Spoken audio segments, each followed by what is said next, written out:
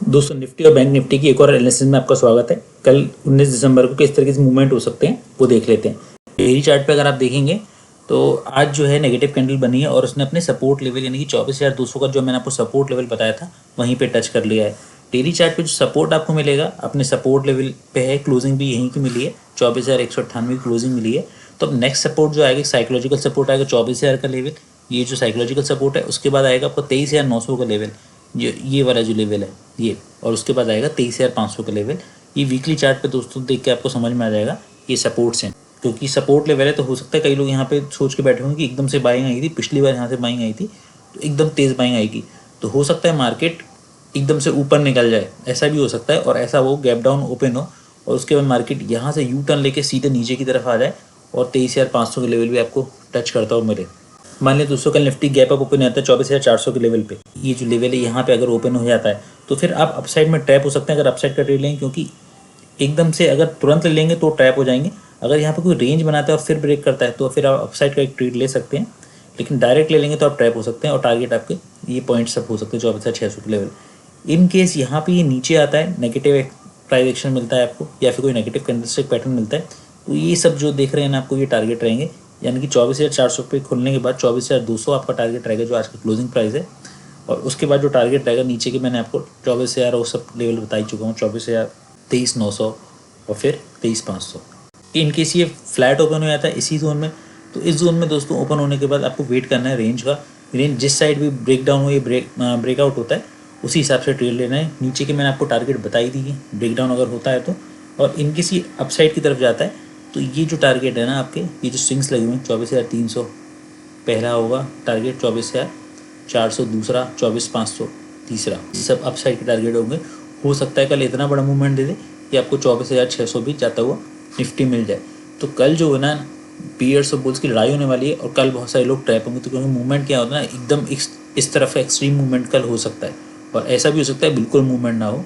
तो जो भी लोग सोच के बैठे कि नॉर्मल मूवमेंट होगा अपसाइड डाउन साइड का, तो एक या तो एक्सट्रीम मूवमेंट होगा या बिल्कुल मूवमेंट नहीं होगा, ऐसी चांसेस ज़्यादा है। किसी गैप डाउन दोस्तों ओपन हो जाता है इस रेंज में, यहाँ पे 24,000 के लेवल पे अगर ओपन हो जाता है तो हो सकता है एक बाइंग अपॉर्चुनिटी मिले, लेकिन आपको यहाँ पे प्राइस एक्शन या कैंडलस्टिक पैटर्न देखना पड़ेगा पॉजिटिव, और मार्केट अपने क्लोजिंग प्राइस तक जाने की कोशिश कर सकता है।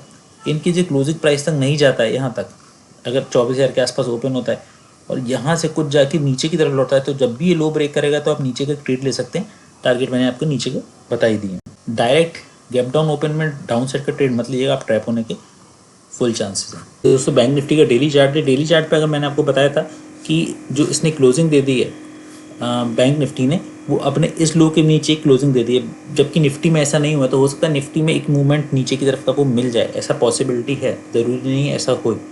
इसमें आपको मैंने सपोर्ट बताए थे यही वाला लेवल जो कि इसने आज ब्रेक कर दिया और आपको क्लोजिंग मिली 52,139 की।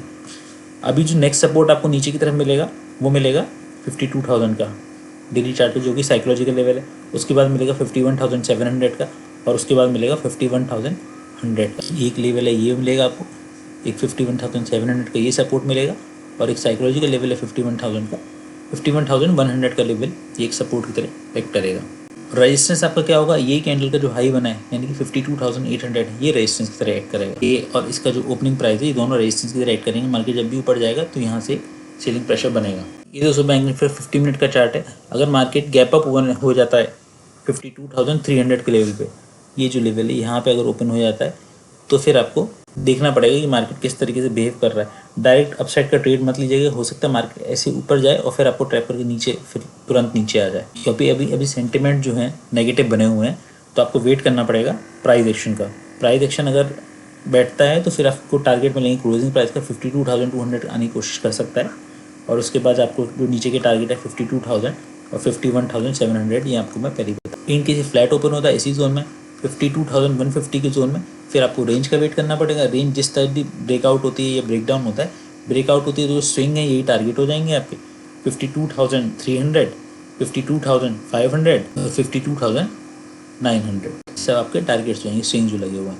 नीचे की तरफ देखेंगे तो नीचे की तरफ टारगेट वही रहेंगे जो आपको नीचे की तरफ मैंने बता रखे हैं, 51,700 फाइनल टारगेट आपका रहेगा। इनकी गैप डाउन खुल जाता है 52,000 के लेवल पे, यहाँ पे मान लीजिए खुल जाता है तो फिर आपको प्राइस एक्शन देखना पड़ेगा, क्योंकि बहुत सारे लोग उम्मीद लगा के बैठे हैं कि एकदम तेज़ बाइंग आ सकती है, लेकिन ज़रूरी नहीं है बाइंग आए। हो सकता है मार्केट अपसाइड जाए, आपको दिखाए एक कैंडल बना दे बड़ी सी यहाँ या पॉजिटिव कैंडल स्टिक बना दे, उसके बाद फिर नीचे की तरफ आ जाए। तो नीचे की तरफ का ट्रेड आपको मिल सकता है जब ये अपना लो ब्रेक करेगा।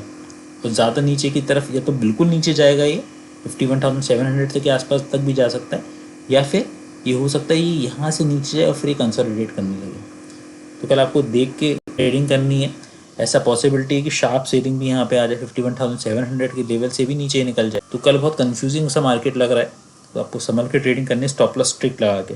तो बैंक निफ्टी के वीडियो में इतने, मिलते हैं फिर एक नई वीडियो पे। Good bye.